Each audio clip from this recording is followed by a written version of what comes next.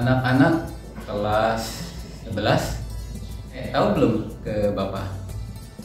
Pasti banyak yang belum tahu karena Bapak belum pernah ngajar di kelas kalian atau di kelas 10 sebelumnya. Kalau begitu perkenalkan terlebih dahulu. Nama Bapak Pak Gulamo. Kalau Bapak sih kesehariannya memang di pondok pesantren. Kalau di SMK mungkin Bapak di Wakasek Keagamaan dan Informasi.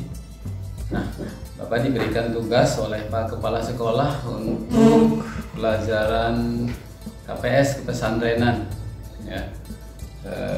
Dan Bapak kalau tahun kemarin itu di kelas 12 kepesantrenan, hanya sekarang derajatnya turun, naik bukan naik tapi turun, tapi tetap sama saja ya. Justru bagi Bapak ngajar di mana saja nggak jadi masalah, bahkan mungkin di anak-anak TK itu akan lebih membekas.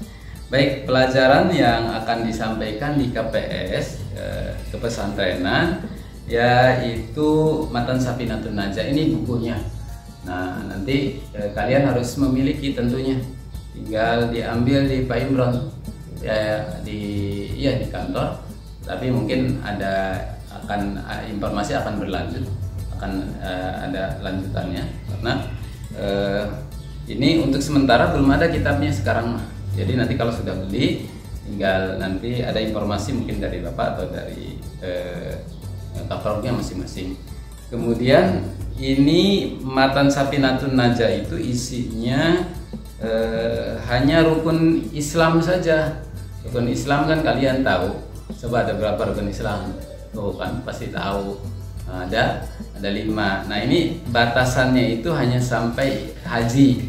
Nah, selain itu tidak, ya. Ada dibahas tentang rukun iman sedikit kan, kemudian rukun Islam. Bahasan rukun iman dan rukun Islam. Adapun isinya nanti sudah disampaikan ke kalian, yaitu tentang isi daripada Safinatun Najah mengenai fikih atau mengenai ibadah sholat. Itu persis kandungannya adalah seperti yang sudah kalian pelajari di buku ini, tuh kan? Nah, buku ini, buku apa namanya ini? Buku Pasolatan Ma'had Mambaul Ulum, Pondok Pesantren Mambaul Ulum.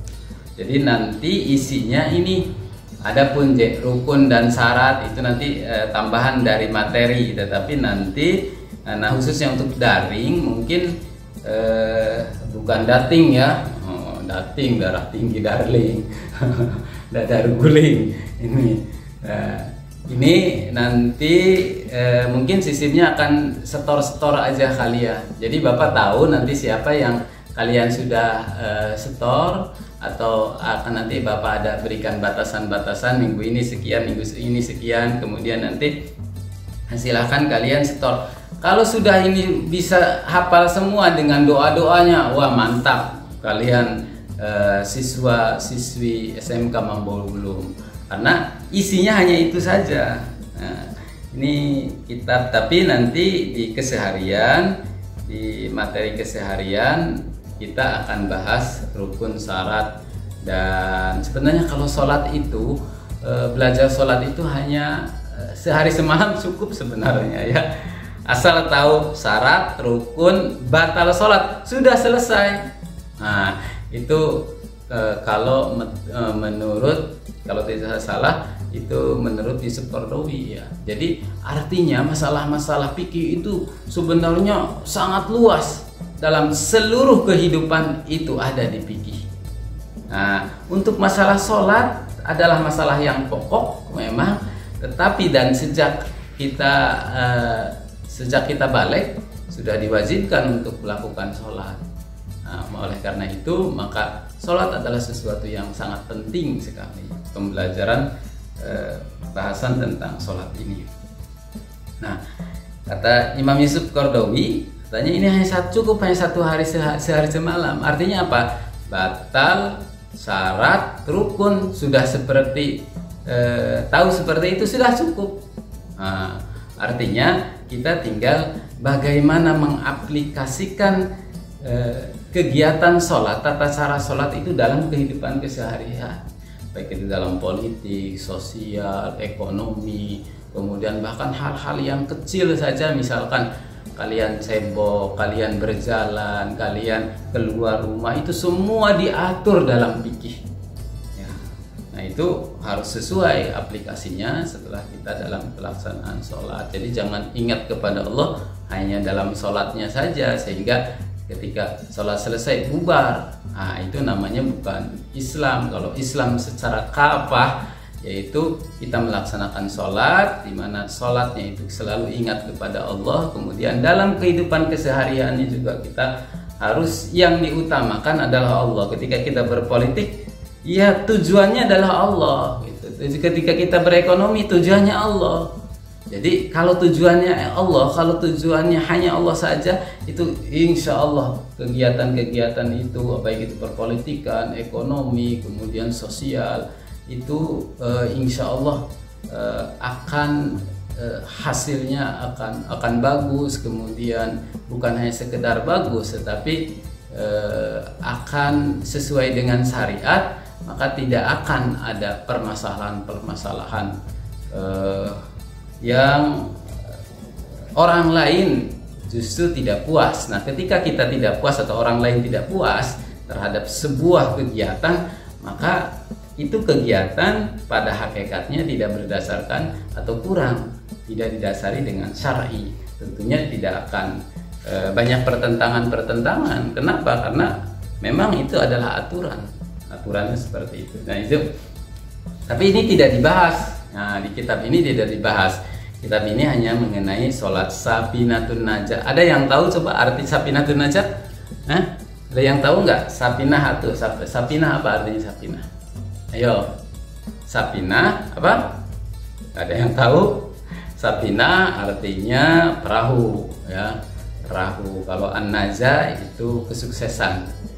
Jadi gambarannya, orang yang mengarang kitab ini, siapa yang mengarangnya? Yaitu Syekh Salim bin Syekh Samir Al-Hadrami. Kalau Al-Hadrami ini pasti orang Yaman, ya. Syekh Salim bin Syekh Samir Al-Hadrami ini kalau meninggalnya justru di Jakarta, ya.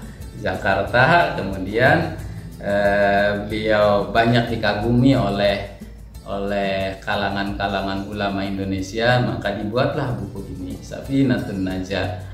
Dia menggambarkan bahwa dalam kehidupan keseharian itu perlu ada sebuah perahu, yang perahu itu yang akan menyelamatkan para penumpangnya, ya. Menyelamatkan dari apa? Menyelamatkan dari kebocoran, menyelamatkan dari angin yang begitu besar di lautan. Maka perlu dibuat safinah, maka perlu dibuat perahu, maka perlu dibuat kendaraan, di mana kendaraannya itu harus salim, harus selamat sesuai dengan syariat.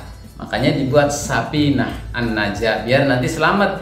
Kalau Safinah tidak ada najah, hanya perahu saja, mungkin dia bisa mengarungi lautan, tetapi ketika di lautan tidak akan mendapatkan kebahagiaan. An-Najah maksudnya di sini ia selamat kepada tujuan dan dia mendapatkan kebahagiaan. Mungkin itu hanya sekedar perkenalan dari Bapak.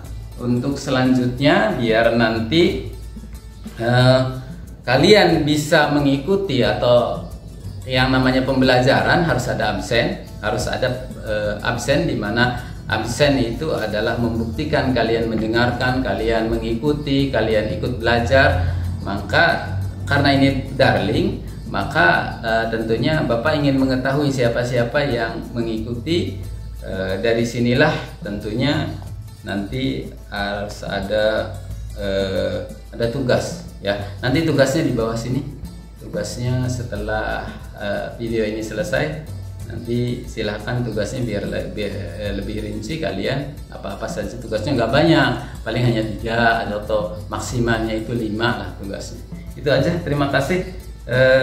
Selamat menyelesaikan pembelajaran darling ini, mudah-mudahan tidak lama ya. Kita sudah bosan sebenarnya ya ingin bertemu dengan kawan-kawan. Kalau di rumah kan ya HP lagi, main-main lagi. Tidak selesai-selesai. Terima kasih. Assalamualaikum warahmatullahi wabarakatuh.